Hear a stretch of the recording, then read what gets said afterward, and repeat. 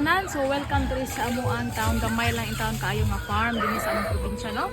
Ug karon ato silang painlog tubig tungod kay giuhaw in town sila tungod sa kainit sa panahon.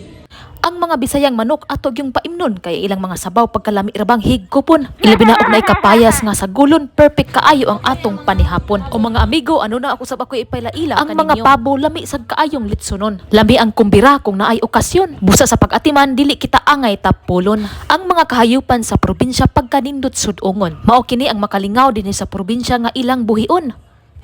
Ang ilang mga pagkaon, pwede ra gid mga sobra-sobra nga kanon no, nga lamaw sa ani. Sama ani sa kuan. Kanon og kaning feeds, pwede ra isagol. Maayo ganing mga pabuha kay dili man mga arte. Mukaon na sila og mga lamaw ug madiskarte. Kay kung walay ikalawog kami, mga kaharan na sila sa yuta mga ante. Nagpaharay-haray di ay usab ang among himungaan. Nagbantay sa iyang mga itlog basin og kuhaan. Dili ra ba gid mo siya mailad kay ang iyang itlog iyang inihap. Kay ang among himungaan sa eskwelahan, best in math.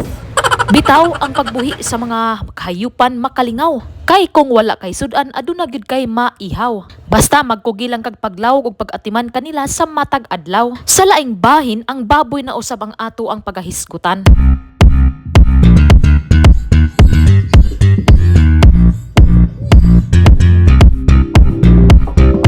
Mausab day kini ang among mga baboyng binuhi. Laagan kaayo pirming makabuhi. Kung imong tawgon dili ra ba gyud mamati. Dili na lang ta mo reklamo kay masuko ra ba si Mimi. Kung walay kumpay moingon ra gyud siya og mehehe mehehe.